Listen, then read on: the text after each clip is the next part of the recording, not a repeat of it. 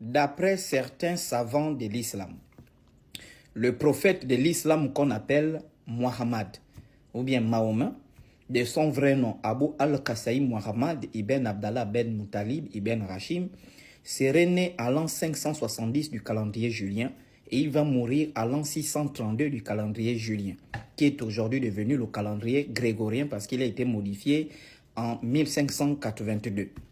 Donc, après la mort du prophète Mahomet, le pays africain qu'on appelle le Niger, va être l'un des premiers pays à recevoir l'islam. Donc, le Niger va recevoir l'islam à l'an 662-63 par là, soit 30 ans ou 31 ans après la mort du prophète Mohammed. Si vous calculez 663, 2026, on est pratiquement à 1363 ans d'islamisation du Niger.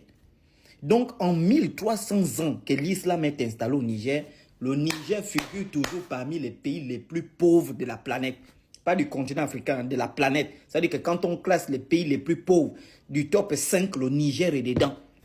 Mais les dirigeants de l'AES, vous qui venez pour faire la révolution, comment concevoir qu'un pays qui a fait 1300 ans d'islam n'a pas pu s'en sortir, mais vous venez encore mener une révolution en vous revendiquant être des musulmans purs et durs, au point que 99% de la population est musulmane. La question qu'on se pose entre l'islam et la France, parce que la France est venue au Niger pratiquement au 19e siècle, après les conférences de Berlin de 1885. Entre la France et l'islam, qui a appauvri le Niger? Parce que vous ne pouvez pas mener des révolutions en ayant pour religion islamique comme guide. Parce que 1300 ans, le pays n'a jamais avancé.